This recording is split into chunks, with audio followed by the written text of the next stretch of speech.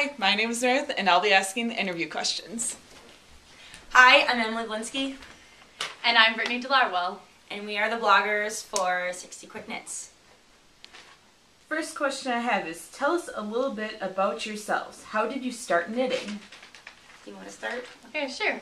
As I said, my name is Brittany, and I am a music teacher. That's my profession. I actually teach in 2 different school districts and teach kindergarten through 5th grade. I got started knitting about 2.5, 3 years ago now. And actually, Emily, this beautiful woman over here, she taught me how to knit. How about you, Emily? Well, as I said, I'm Emily Blinsky. I go by Em, so in case you hear Em. I started knitting when I was a junior in high school for my friend Vicky. We went to an old lady party. Is when we played bingo and watched the Golden Girls and learned how to knit. And it was the best time ever. So I learned how to knit from her. And what I do in my life is I'm a student. I am finishing up my last year at St. Norbert College. When I graduate, I will have a degree in early childhood education. Sounds like a lot of fun. How did you two meet? Well, that's an interesting story. I learned about Ravelry when I was a crocheter, and I joined Ravelry and was looking for other friends that were around my age that also were interested in crocheting or knitting. And so I looked up all the people in the Green Bay area looking for friends. She didn't have any. Which sounds desperate, but anyways, I did have other friends. I just wanted more of that crochet to knit. So I found this one girl, and her name was Em. And she had a Facebook, and I looked her up, and I saw that she went to St. Norbert, and that's where I went, so I immediately messaged her and was like, why don't I know you? We should know each other. So she then sent me a message back, and she will tell you what it said. I don't remember what it said, but it was something like, let's be friends. And? So we became friends. So where did we meet? I'm working on that. Okay.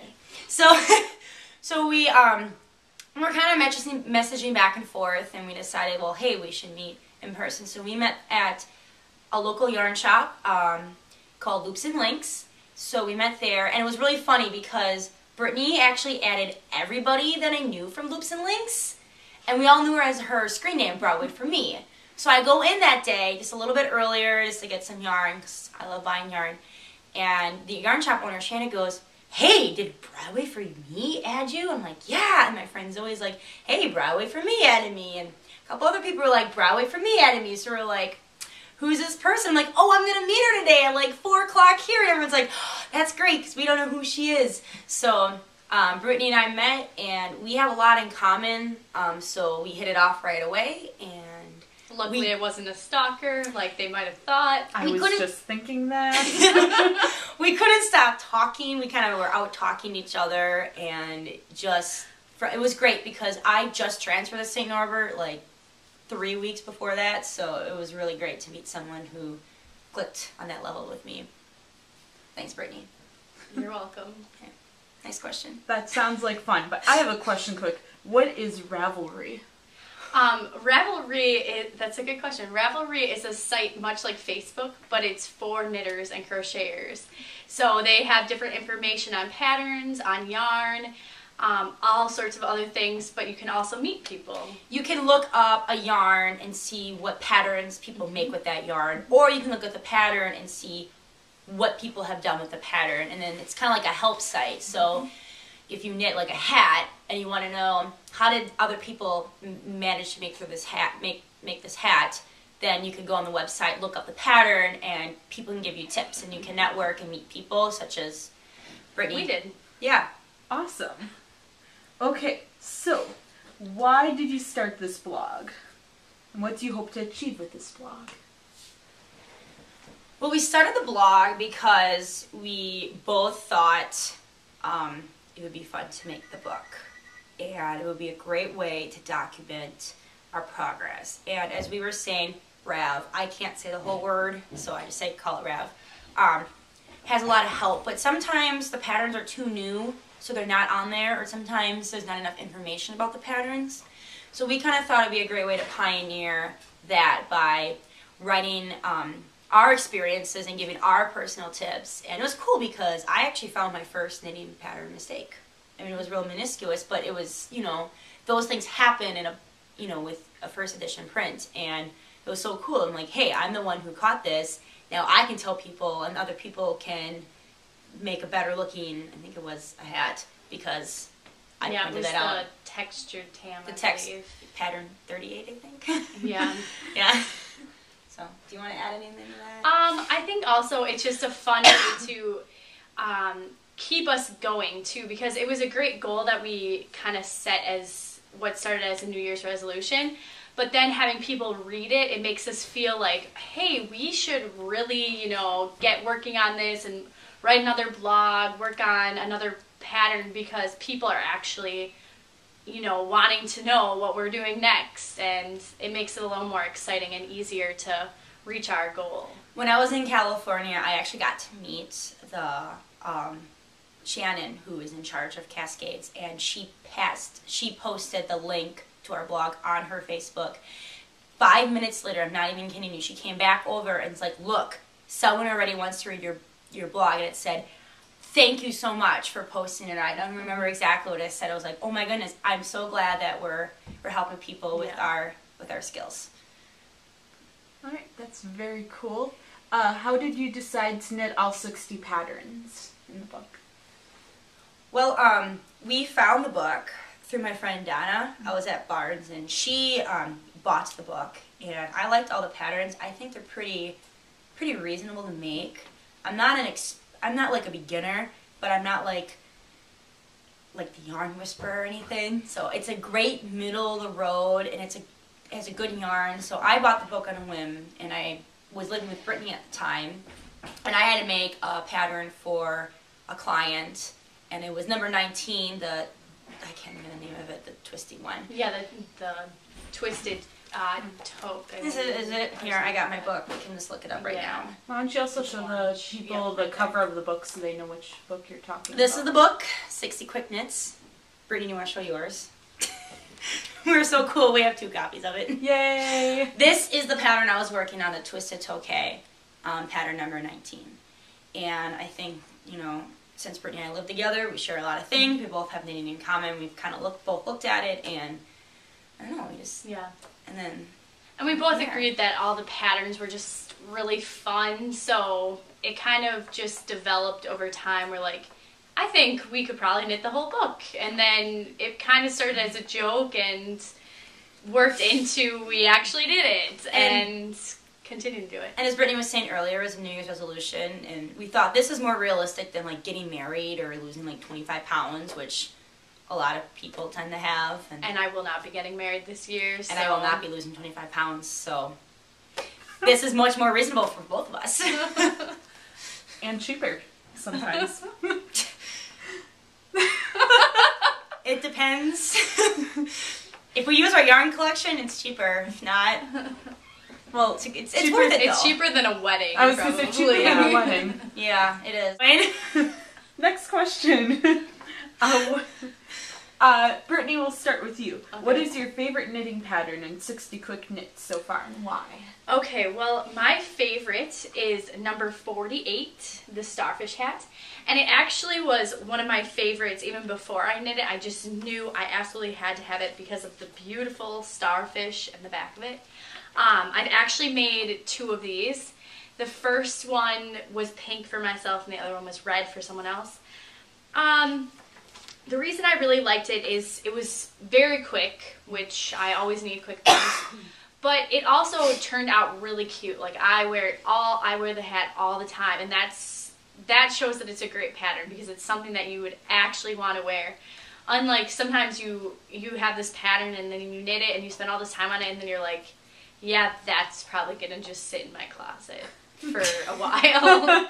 And then you don't have that sense of accomplishment because it's like, yeah, great, I finished a project, but at the same time, you're like, but what am I going to do with that? Do you have an example of the hat that you made? I don't, not with me. Sorry. What were you thinking, Brittany? It's okay. Just kidding. She's not. Em didn't tell me to bring anything with me. I thought she knew. Okay. All right then. Emily, how about you? What's your favorite? Well, I brought an example of mine because I thought it was her important. house. It's my mom's house. It's not mine. And you're admitting of this again? Okay. My favorite pattern is pattern 36, the leaf scarf. And why I liked it so much is it was my first lace project. I actually felt like I did a good job. Lace is my kryptonite. This is what it looks like. As you can see, the beginning here, it looks really bad here, but as I knit it, it improves. And I learned so much with this scarf, and although I got a chance to wear it because it's like 90 degrees here, I can't wait to show this off because this was a difficult scarf for me, and I feel like now that I did this scarf, I'm able to do pattern, I believe it's pattern 49. It's the one at 46, the one I just wrote about, these. This was a precursor for this, and if, like I said in my blog, if I can do it, or our blog, if I can do it, you can do it, and that's why I love this so much, is it proved that to me, that I do have that ability, and it's also really pretty, and it's pink. Alright, very cool. So, you told me that you were dividing up the patterns between yourself about 50-50. How did you determine who was knitting what pattern? Well, Brittany told me what to knit. Oh. Or so she says. Actually, just kidding. We spent a lot of time literally paging through, like, one at a time. Oh, I want to do this, I want to do this, whatever. And we wrote it down, and then we went back through and figured out which knits that weren't on our list, but we knew someone who would want that, or knew someone who had asked for that project. Because obviously, if you're going to knit something, you want it for either yourself or somebody else. You don't want to just knit it just to knit it. So we kind of went through that way. We always try to knit something with a purpose. So I know I worked at housekeeping and everybody wanted mittens. So I made a lot of mittens this summer because they all wanted the mittens.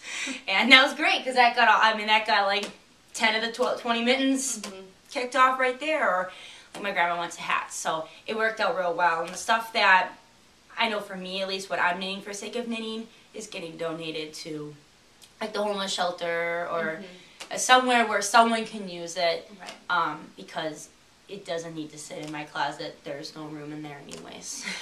Oh, and there are going to be a couple patterns that we're going to knit together, so keep a lookout for those too. Alright. Are you going to continue knitting once all the patterns are knit then? Well, I have to work on homework. I really haven't worked on any homework for a year because I've been knitting.